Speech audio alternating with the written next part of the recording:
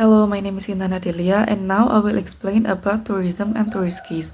First, I will explain about John Uri's concept of the tourist case. Uri focuses on how tourism has changed because of postmodern society and globalization. Tourism today is more global, mobile, and connected. Next, he introduces the idea of the tourist case. This means that tourists look for things that are different from their normal, everyday life, especially through what they see. Uri also explains several types of gaze. First, the romantic gaze is about quiet and natural beauty. The collective gaze happens in crowded places where the crowd itself makes the experience. The spectatorial gaze is about watching shows or events. The environmental gaze focuses on nature and the environment. The anthropological gaze is about learning and understanding other cultures. And later, Uri also added the media gaze, when media like movies or TV shows influence where tourists go, and the family gaze, which focuses on family photos and togetherness during trips. He also notes that cameras and digital media have changed tourism. Tourists now take instant photos and share them online, not just keep them in photo albums. Uri also faced some criticism because he focused too much on the visual side of tourism.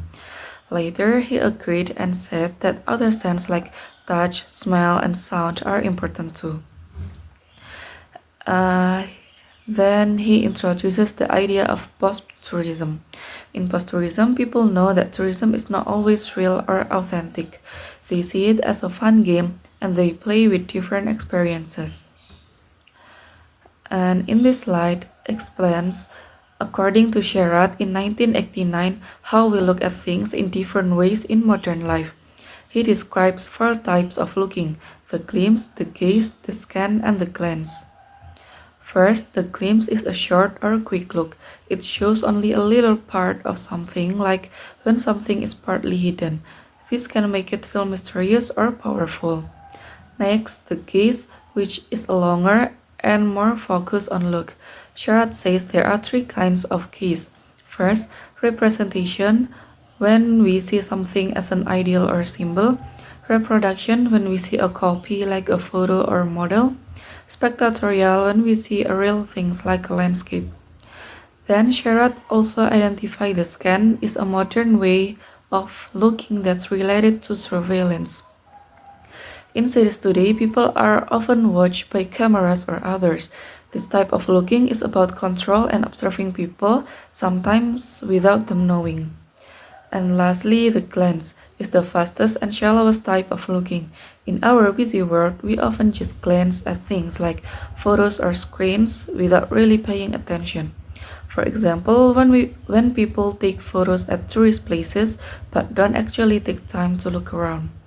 They show how our habits have changed over time, from slow, careful looking in the past to quick and distracted looking today. And then visual interaction in public places. First, anonymity in the city. In cities, we can enjoy more freedom because we are anonymous, meaning people don't really know us.